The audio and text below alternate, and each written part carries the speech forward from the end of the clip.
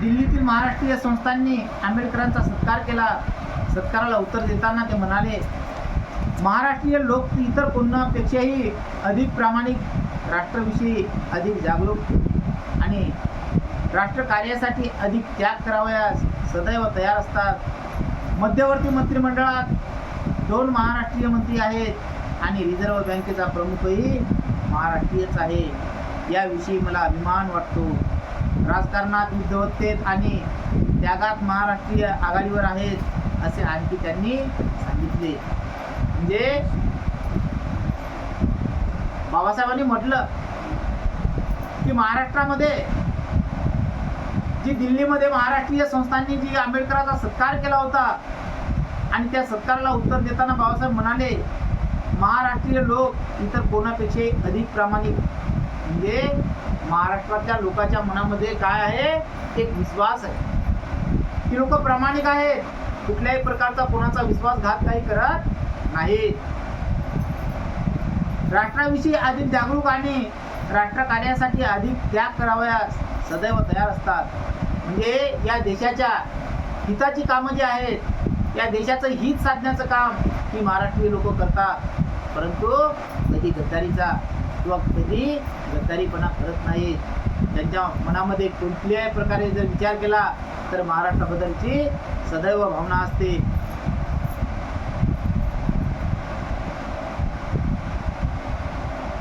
मध्यवर्ती मंत्रिमंडळात 2 महाराष्ट्रीय मंत्री आहेत आणि रिझर्व्ह बँकेचा प्रमुखही महाराष्ट्रीयनच आहे. म्हणजे या महाराष्ट्रातील जे काही मंत्रिमंडळ आहे, या मंत्रिमंडळामध्ये महाराष्ट्राचे 2 मंत्री आहेत आणि त्यामध्ये या बँकेचा जो काही रिझर्व्ह बँक आहे, रिझर्व्ह बँकेची सुद्धा स्थापना एक प्रॉब्लेम सॉल्व रूपी अशा नावाचा अर्थशास्त्रीय शास्त्रज्ञानं म्हणजे डॉक्टर बाबासाहेब आंबेडकरांनं एक ग्रंथ लिहिला होता. प्रॉब्लेम सॉल्व रूपी या ग्रंथामधून 1 रुपयाचं महत्त्व बाबासाहेब आंबेडकरांनी पटवून या जगाला दिलं आणि त्या 1 रुपयाच्या महत्त्वापासून भारतीय रिझर्व्ह बँकेची या सरकारनं काय केलं, मग स्थापना केली.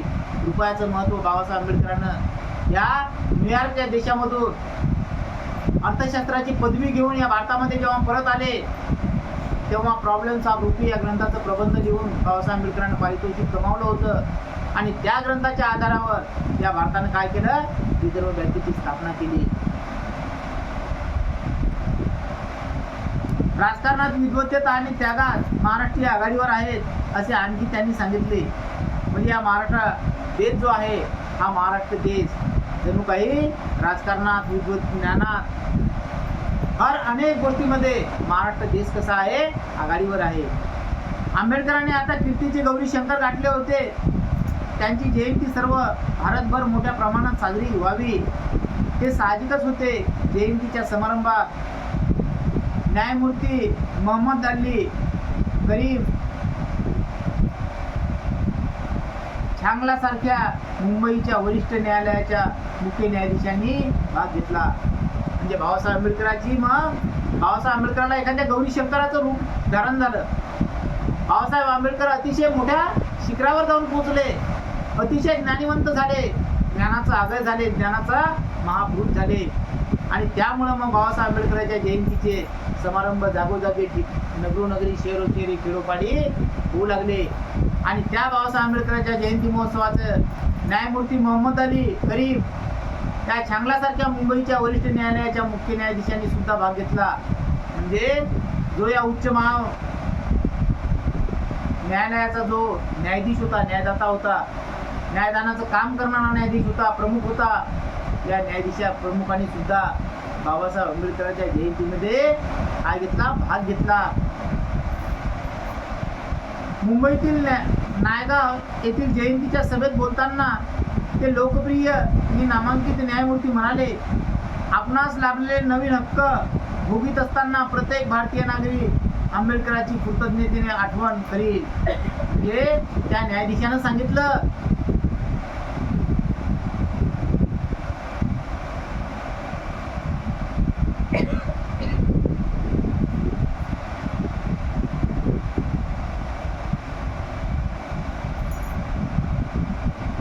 कराडला जी काही सभा भरली होती नायगावमध्ये, मुंबईतील नायगाव या ठिकाणी जी सभा भरली आणि त्या सभेमध्ये न्यायाधीशाला पाचारण केलं आणि न्यायाधीशांनी भाग घेतला आणि न्यायाधीशांनी सांगितलं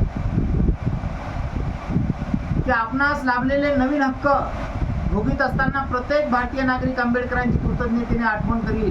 म्हणजे ज्या घटनेमध्ये, ज्या संविधानामध्ये तुमच्यासाठी जे काही अनमोल असे अधिकार प्रस्थापित केलेले आहेत आणि ते अधिकार, अनमोल अधिकार, जेव्हा तुम्ही त्याची आठवण करसाल, त्याची तुम्हाला जाण होईल, तेव्हा मात्र निश्चितच या भारतातला प्रत्येक माणूस आणि माणूस बाबासाहेब आंबेडकरांची आठवण केल्याशिवाय राहणार नाही. आता जेव्हा आपले लेकरं शाळेमध्ये जातात, शिष्यवृत्ती घेतात, तेव्हा सखोल नाव कोणाचं येते समोर? बाबासाहेब आंबेडकर. कारण बाबासाहेब आंबेडकरांना जर ही शिष्यवृत्तीची संकल्पना त्या राज्यघटनेमध्ये मांडली नसती तर अस्पृश्य लोकांना सवलती मिळाल्या असत्या का? नाही. कारण त्यावेळेस बाबासाहेब आंबेडकरांना या दीन दलित समाजासाठी, पिछड्या वर्गासाठी अनेक अशा सवलती त्या संविधानामध्ये समाविष्ट करून दिलेल्या आहे.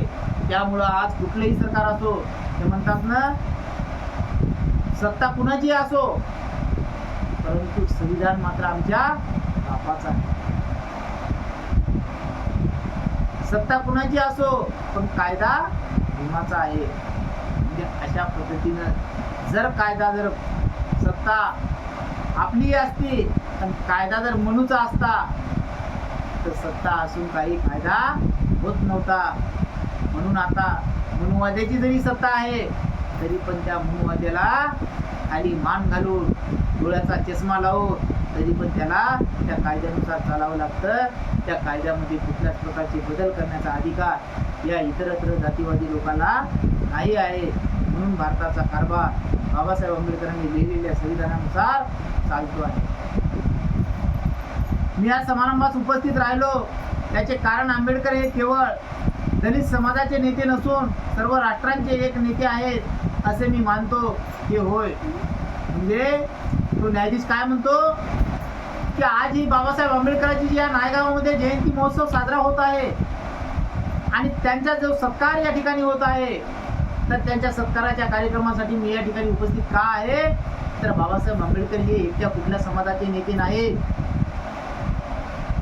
आपले लोक काय करतात, बाबासाहेबाला एका चौकटीत बांधून ठेवलेला. नाही बाबा, बुद्धाचा नेता अजिबात नाही. बाबासाहेबाला अनेक जाती धर्माचे लोक, अनेक जाती पंथाचे लोक देवापेक्षाही देव म्हणतात. परंतु आपले लोक काय म्हणतात, नाही आमचा बाबासाहेब आहे, पण उठले की थोड्या करायचे. नाही आमचा बाबासाहेब आहे, उठले की दारूचे दुकान. असं आहे, बाबासाहेब आंबेडकरांनी ज्या ज्या संकल्पना, ज्या ज्या गोष्टी, जे ज्या सवयी लावल्या, त्या सर्व सवलती बाबासाहेब आंबेडकरांनी भावी पिढीचा, भावी आयुष्याचा विचार करून या भारतीय संविधानामध्ये अनेक कलमाद्वारे आपल्याला बोलण्याचं स्वातंत्र्य नव्हतं, आपल्याला बसण्याचं स्वातंत्र्य नव्हतं, आपल्याला लेण्याचं स्वातंत्र्य नव्हतं. एवढंच नव्हे तर स्वतःच्या पत्नीला वापरण्याचं सुद्धा आपल्याला स्वातंत्र्य नव्हतं. हे मनुवादी सांगतात. आणि या मनुवादीच्या ग्रंथामध्ये अशा पद्धतीची वर्ण व्यवस्था, चतुर्वर्ण व्यवस्था लादलेली होती. आणि त्या वर्ण व्यवस्थेने आपले जे काही बापदादे जीवन जगत आले, वर्षानुवर्षे, पिढ्यानपिढ्या, गणती, तर हे त्या मनुवादी विचाराच्या वर्ण व्यवस्थेवर जगत आले. परंतु बाबासाहेब आंबेडकरांनं त्या वर्ण व्यवस्थेला लात मारली आणि महाडच्या रणसंग्रामी त्या मनुचा ग्रंथ दहन केला आणि त्या ठिकाणी क्रांतीचा स्तूप उभारला. आणि तेव्हापासून आपल्या देशामध्ये बाबासाहेब आंबेडकरांनी समतेचं, ममतेचं, बंधुत्वाचं, न्यायाचं, करुणेचं अशा पद्धतीचं राजकारण बाबासाहेब आंबेडकरांनी चालू केलं. मी एकाच वेळी इंग्लंडमध्ये निर्बंधाचा अभ्यास करीत होतो. त्यांनी आणि मी एकाच वेळी वकिलीस प्रारंभ केला. आम्ही दोघेही एकाच वेळी सरकारी विधी महाविद्यालयात प्राध्यापक होतो. जगातील एक थोर घटना पंडित म्हणून आंबेडकर आता विख्यात झाले आहेत. राज्यशास्त्रावर अधिकारवाणीने बोलू शकणाऱ्या प्रमुख नेत्यात त्यांची गणना होते. म्हणजे तो न्यायाधीश काय म्हणतो, बाबासाहेब आंबेडकर आणि मी दोघा जणांनी सोबतच वकिलीचा कोर्स केलेला आहे, दोघ जण एकाच कॉलेजमध्ये शिकलेलो आहोत आणि दोघं सुद्धा वकील सोबतच झालेला आहोत. परंतु मात्र घटनापती म्हणून आंबेडकर आता विख्यात झाले. म्हणजे बघा किती दरी निर्माण झाली. मग त्या ठिकाणी बाबासाहेब आंबेडकर काय झाले, घटनापती झाले. बाबासाहेब आंबेडकरांना या देशाची घटना लिहिली, राज्यघटना लिहिली आणि या राज्यघटनेनुसार बाबासाहेब आंबेडकरांना घटना पंडित अशा पद्धतीची एक काय मिळाली, पदवी बहाल झाली. जगविख्यात त्यांचं नाव रोशन झालं. आता विख्यात झाले आणि राज्यशास्त्रावर अधिकारवाणीने बोलू शकणाऱ्या प्रमुख नेत्यात त्यांची गणना होते. म्हणजे जे काही या देशाबद्दल जी बोलणारी मंडळी असतील, मग गांधी असतील, पंडित जवाहरलाल नेहरू असतील, सरदार वल्लभभाई पटेल असतील, लालबहादूर शास्त्री असतील, जयकर असतील, NK नारायण असतील, राजेंद्र प्रसाद असतील, अशा अनेक मोठमोठ्या नेत्यामध्ये बाबासाहेब आंबेडकरांची काय झाली, मग वर्णी लागली. त्या नेत्यामध्ये त्यांची सुद्धा व्यक्ती म्हणून ओळखतील. असाही एक दिवस उगवेल की आंबेडकर हे भारताचे प्रधानमंत्री झाल्याचे दृश्य लोकांच्या नजरेस पडेल. लोकसभेचे दुसरे सभासद सिंधिया म्हणाले, खरे सांगायचे म्हणजे आंबेडकरांच्या कर्तृत्वाचा आणि कार्याचा गांधीजीवर प्रभाव पडल्यामुळे गांधीजींना दलित वर्गाच्या राजकीय हक्कासाठी काहीतरी केले पाहिजे असे वाटू लागले. शिगवा पुढे म्हणाले, आंबेडकर पददलितांचे जसे मुक्तिदाते तसेच एक महान दृष्टी आहे. म्हणजे बघा मग शेवटी काय म्हणू लागले, नवी दिल्ली येथे आंबेडकर जयंतीच्या दिवशी भाषण करताना लोकसभेचे सभासद हनुमंतय्या म्हणाले, म्हणजे हनुमंतय्याचं मत झालं, म्हणजे बाबासाहेब आंबेडकर काही आता लहान राहणार नाहीत. बाबासाहेब आंबेडकरांचं नाव हे जगामध्ये प्रसिद्ध झालेलं आहे आणि जगामध्ये प्रसिद्धच नसून तर आंबेडकरांना भावी पिढ्यानपिढ्या एक उद्धारकर्ता आणि घटनाशास्त्रावरील एक मोठी अधिकारी व्यक्ती म्हणून ओळखतील. म्हणजे जे काही या घटनेचं जे काही प्रमुख पद आहे घटनापती, तर हे बाबासाहेब आंबेडकरला घटनापती म्हणून सुद्धा ओळखायला तयार आहे, ओळखतील. असाही एक दिवस उगवेल की आंबेडकर हे भारताचे प्रधानमंत्री सुद्धा होऊ शकतील. कारण या देशाची राज्यघटना तयार केल्यामुळे बाबासाहेब आंबेडकरला अतिशय मोठं महत्त्व प्राप्त होईल. कारण 23 राष्ट्राचा अभ्यास करणे एवढं सोपी गोष्ट नव्हती आणि त्या 23 राष्ट्राचा अभ्यास करून बाबासाहेब आंबेडकरांना या देशाची राज्यघटना तयार केलेली होती. खरे सांगायचे म्हणजे आंबेडकरांच्या कर्तृत्वाचा आणि कार्याचा गांधीजीवर प्रभाव पडल्यामुळे गांधीजींना दलित वर्गाच्या राजकीय हक्कासाठी काहीतरी केले पाहिजे असे वाटू लागले. म्हणजे बाबासाहेब आंबेडकरांचं आणि महात्मा गांधीचं राजकारणामध्ये कधीच पटलं नाही. बाबासाहेब आंबेडकरांच्या विरोधात की आता गांधीजीचं मन हल्लं होतं. गांधीजीला अतिशय मनामध्ये खुपत होतं, पोटामध्ये दुखत होतं. कारण पहिले गांधीजी काय म्हणायचे की या हरिजनांचा मी नेता आहे, परंतु डॉक्टर बाबासाहेब आंबेडकर म्हणायचे की मिस्टर गांधी, अहो तुम्ही उघडे नागडे, तुमच्या अंगावर वस्त्र नाही, तुम्ही या दलितांसाठी काय देणार? कारण तुम्हाला जर कपडा लता भेटत नाही, त्या दलिताला कुठला देणार होतो मी कपडा लता? यांना कुठलं याच्या पोटाची खळगी भरण्यासाठी अन्न प्रदान करणार? परंतु या दलितांचा नेता मी आहे. दलितांचा नेता तुम्ही नाही होऊ शकत. तर गांधीजी पुन्हा बाबासाहेब आंबेडकरांना म्हणतात की डॉक्टर आंबेडकर, अहो तुम्ही सुटबुट पोटामध्ये राहणारे, तुम्ही कसल्या प्रकारे या लोकांचे शुश्रूषा भागवसाल?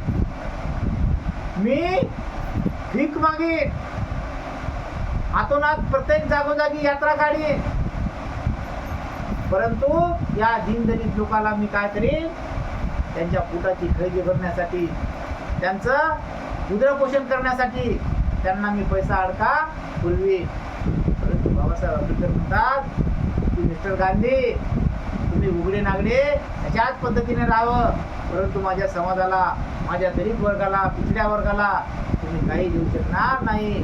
म्हणून बाबासाहेब आंबेडकरांनी प्रकटाचा विचार मांडला की मला काय पाहिजे, वेगळा मतदारसंघ पाहिजे. म्हणून बाबासाहेब आंबेडकरांनी वेगळा मतदारसंघ मागता त्यांनी विचार करा की मला वेगळा मतदारसंघ पाहिजे. गांधीजीच्या पोटात दुखायला लागलं. गांधीजीनं मग काय केलं, येरवड्याला गेला पुण्यामध्ये आणि त्या येरवड्याच्या जेलमध्ये उपोषणाला बसला की डॉक्टर आंबेडकर, आता तुम्ही वेगळा मतदारसंघ काय मागू नका, कारण ती हरिजनांची लेकरं आहे, आम्ही त्यांना देवाची लेकरं मानतो. अहो, जर तुम्ही आम्हाला देवाची लेकरं मानली असती तर आम्हाला त्या काळारामाचं मंदिराचा दर्शनाचा सुद्धा आम्हाला प्रकट विरोध झाला नसता. अहो, त्या अंबाबाईच्या मंदिरामध्ये जाण्याचा आम्हाला विरोध झाला नसता. कोल्हापूरच्या देवी महालक्ष्मीला शिवण्याचा आम्हाला विरोध झाला नसता. पाणी पिण्याचा आम्हाला विरोध झाला नसता. कसले आम्ही देवांची लेकरं? कारण देव जर आमचा बाप असता तर आम्हाला कुठल्याच पद्धतीचं या ठिकाणी तुच्छतेची भावना आमच्यावर लादल्या गेली नसती. म्हणून बाबासाहेब आंबेडकर म्हणतात की मिस्टर गांधी, तुम्ही दलितांचे नेते होऊ शकत नाही.